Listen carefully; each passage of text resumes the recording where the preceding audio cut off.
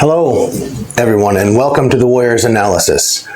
Today, we're going to have a little history lesson on Iran, since there seems to be a lot of propaganda and misinformation about how this predicament that we're currently in started, and how they claim that it's been a war for 40 years. There's more to it than that. This goes all the way back to 1952-53, when Mohammad Mossadegh was ruling Iran. He was voted in by the people. Before that, the British controlled Iranian oil. And Mohammad Mossadegh came into power and said Iranian oil should belong to the Iranians. Well, they didn't like that. So they plotted, US intelligence, British intelligence, and I'm sure there are some others involved, wonder who that could be, overthrew him. And they put in the Shah, who was nothing more than a tyrannical puppet that did their bidding and brought them back to the status quo. Fast forward, and you have the Iranian Revolution of 78-79, because they were sick of what was being done to their country. Are the Ayatollahs great? No, they're not great. Not a big fan of them. But the Iranian people control their country again. Are there problems? Absolutely. But it's about control. We didn't want them and their oil we didn't want them doing their own thing. So now you fast forward to where we're at now, and we're at war with a country that benefits us in no way, through us attacking them multiple times. Israel, mainly, killing their negotiators on several different occasions when we were trying to negotiate. The attack that killed Ali Khamenei and his family and his son's daughter when they attacked him. All they've done is galvanize the people and unify them. When there was a lot of division between the groups in Iran. There's not so much of that anymore.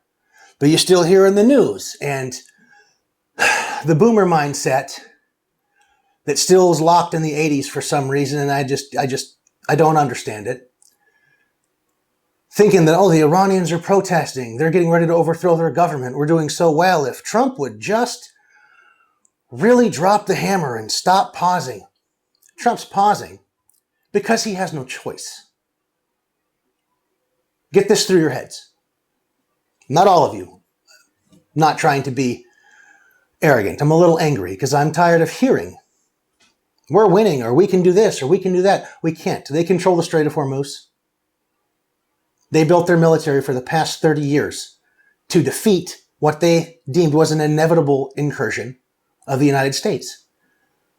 Air power, naval. Hasn't worked out that well. We bombed them in the first, 40 days? Something like 17,000 times. We wiped out their Navy. We wiped out their Air Force. We destroyed all their missile infrastructure. That's interesting. First and foremost, Iran never really paid much attention to its Navy. What did Iran have? Battleships and carrier strike groups? No. It's dinosaur technology from World War II era. How well are our Navy carrier battle groups doing in Iran when they have to stay 500 to 600 miles away from the Iranian coast so they don't get destroyed? That would really damage the American psyche and the illusion of American invincibility. So our planes are having to fly 600 miles. F-35s, F-15 Eagles, you get 300 miles one way that they can fly to attack. Then they have to fly back 300 miles because they got about 500-600 miles that they can cover. Some of these fighter pilots are being fueled 2 to 3 times. Not to mention now they've destroyed most of our bases in Qatar, in Saudi, in Kuwait, Bahrain. We're running out of options. That's why we're stacking up all of our air refueling planes in Israel. And the position of the Israeli minister of something. I can't remember him specifically, but he was trying to tell us to remove all of our planes. They didn't want them there. We're running out of options. We destroyed their Air Force F-15 Phantoms. They have drones. They designed their military with drones and ballistic missiles. It's a different type of warfare. We can't stack up troops in Kuwait like we did Iraq. It's not the same thing. First and foremost, Iran's nearly 4 times the size of Iraq. It has 90 million people that they've been preparing for 30 years. They are technologically advanced. They have weapon systems, ballistic missiles, hypersonic missiles, the drones, all kinds of other things at their disposal. They've been preparing for a ground invasion too. China's been sending a word on the streets. China's been sending over lots of man-pads. There's a reason that most of our air sorties aren't going deep into Iran. There's a reason we've lost a bunch of F-15 Strike Eagles and other planes in the first 40 days. We've lost all kinds of drones. They've shot down a lot of stuff. Have we done a massive amount of damage to them? Absolutely. Yeah, we could do damage to them for a long time, but they retaliate and they destroy our bases. What's our next step? Destroy their desalination plants, destroy their oil infrastructure, maybe hit a nuclear power plant. Then what are they going to do? They're going to hit a nuclear power plant. They're going to destroy desalination plants. They're going to destroy oil infrastructure. The American bubble mind doesn't understand that about 25% of the world's oil moves through the Strait of Hormuz. It's shut. Saudi was running through their pipeline down into the Bab el-Mandeb to take it out that way. Well, now that's shut too, because for some reason the Saudis were retarded enough to attack the Yemenis port. And then they got their Aramco pipeline or refinery attacked. So let's just double down on stupid. Now the Bab el-Mandeb Strait's shut. That's 60% of world commerce traffics through there. So America, what do you think is going to happen to your oil and gas prices, to your grocery list, to any other commodity that travels through there? You're going to feel this. The oil price is currently held down artificially. We're draining our strategic oil reserves. That's going to run out. And then what? We could see $150, $200 a barrel for oil. Then what? So that we can say we defeated Iran? How? We got 2 options to defeat Iran. Expend all of our weapons that we have left, the few JASSMs we have left, the few Tomahawks we have left, deplete PACOM, or anywhere else that needs those weapon systems. Like, we're rationing them. And we're running out of air defense. Our Patriot PAC-3s, 1s, 2s, not that great anyways, as we can finally see through this war, but we're running out of them, blowing up our bases. So what are we going to do to Iran? They're galvanized against us. They're not going to bend the knee.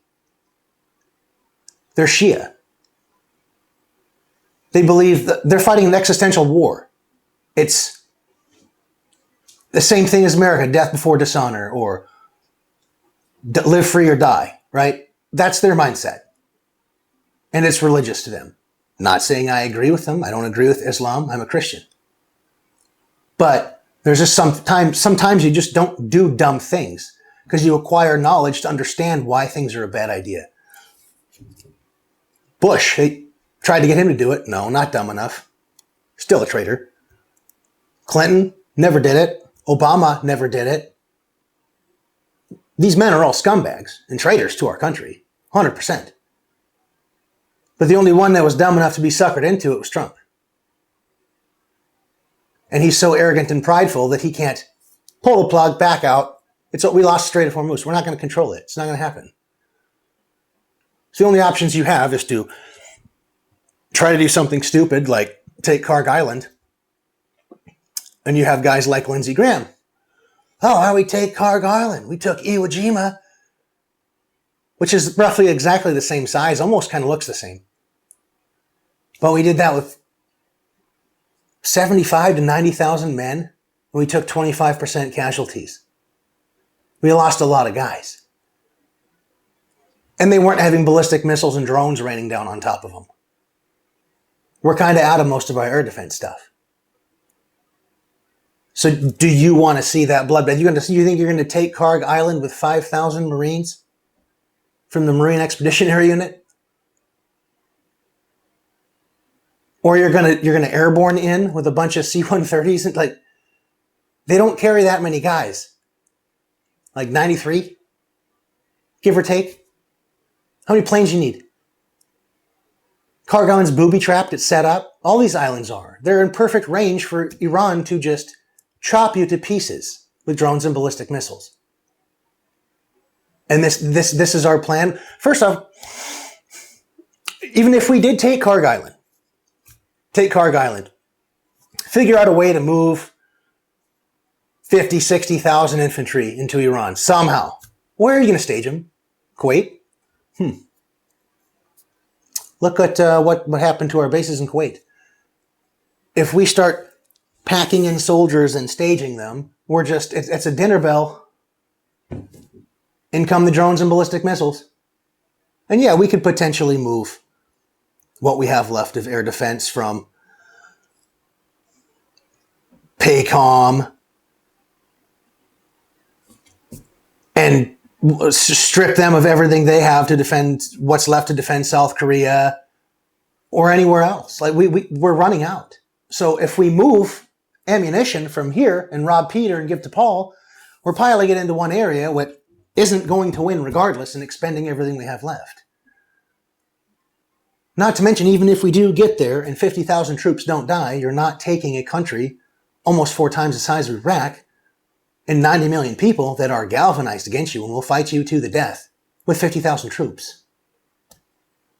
We invaded Iraq, something like 300,000? Where are you getting 300,000 troops, first off, staged to perform the invasion? Best place we had was through Afghanistan. We don't have Afghanistan anymore because we fought a 20-some-year war there and handed it back with $5 billion in equipment. Or no, $250 billion in equipment. Sorry. 50,000 men, even if it was 50,000 infantry, it's not going to happen. We'd need over 1 million, bare minimum. And it would be a bloodbath, and we would take severe casualties. You have the stomach to send your sons and daughters to go do that? Because anybody that supports that and thinks that's a good idea, I want either you or your son on the front line. Not doing this simulated draft BS in December. And take other people's sons that know it's a bad idea and send them to go die. No. No. If you want this, go to a recruiting station, sign your ass up, and get your ass over there and do it. I don't care if you're 80. I don't care if you're Mitch McConnell. I don't care. Get your old butt over there and fight it. Because you ain't sending my sons. They will not be drafted. And you're not going to up the age to bring back all the GWAT veterans. I'm not going. Played that ball game. It was in Iraq, in Ramadi, 2006. With some of the best men I've ever known in my life. But it was bullshit. We were lied to. Weapons of mass destruction. Weapons of mass destruction, okay. Chemical weapons that we gave to Saddam Hussein to attack Iran in the 80s. And then all of a sudden it's convenient to use those and numerous other things as a reason to go in and invade. Was Saddam perfect? No. But I remember driving through Baghdad with all the propaganda. Oh, he kills Christians. He tortures people. Blah. Driving through Baghdad and all the ancient old school Orthodox churches, there's Catholic churches, all these churches. I was This is funny. It doesn't make any sense. Come to find out, a lot of his cabinet were Christians because he could trust them. Doesn't mean he's a good guy. But the war was retarded. What did it benefit? A bunch of veterans with PTSD on SSRIs taking their own lives, over 200,000? Maimed and wounded from IEDs?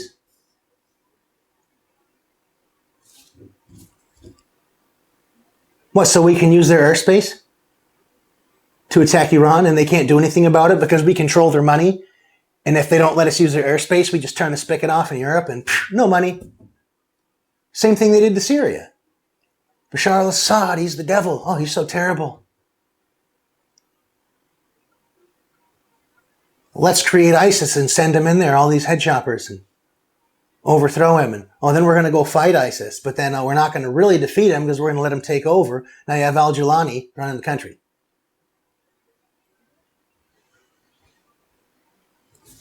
This isn't going to work. And Americans are going to feel this. And it's going to hurt. And it's coming. I just hope cooler heads prevail in some way. But my personal fear is that their only option is that they're going to use tactical nuclear weapons. And if they do that, Pandora's out the box. And she ain't going back in. I hope not. But that's going to be all for tonight. I wish you all the best. If you like this video, smash that like button, subscribe, put in some comments. Got a lot of big things coming on this channel.